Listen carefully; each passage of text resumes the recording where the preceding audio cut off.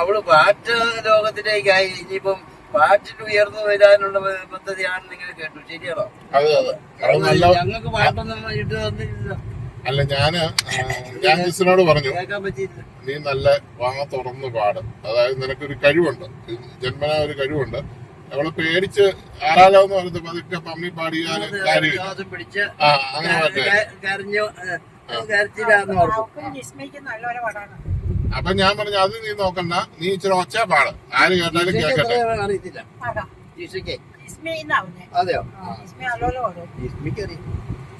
അപ്പൊ അവൾ അങ്ങനെ വാ തുറന്ന് പാടാൻ തുടങ്ങി. നല്ല വെടിക്കെട്ട് പാട്ടായി. ചിത്ര മാറി നിൽക്കുന്ന കൂട്ട് സൗണ്ട് ഉണ്ടോ? ഇപ്പൊ എത്ര പാട്ട് പിടിച്ചു? അവള് തന്നെ 100-300 പാട്ട് പാടി. 100-300 പാട്ട് നിങ്ങൾക്ക് ഇട്ട് തന്നോ? ഇന്റർനെറ്റിൽ ഇട്ടിട്ടുണ്ട്. 300 അല്ല.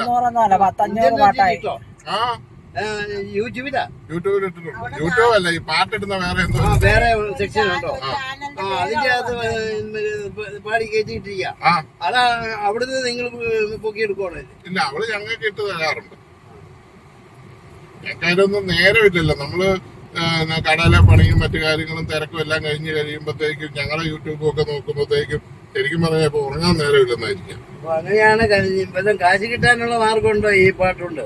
പാട്ടുകൊണ്ട് കാശ് കിട്ടും. ആരെങ്കിലും കല്യാണ പാർട്ടി വിളിച്ചാ വേറെ പോയി പാടാം. അങ്ങനെയല്ല, ഈ സൈറ്റില് ഇത്ര വന്നു കഴിഞ്ഞാൽ അതിന് പൈസ ഉണ്ട്.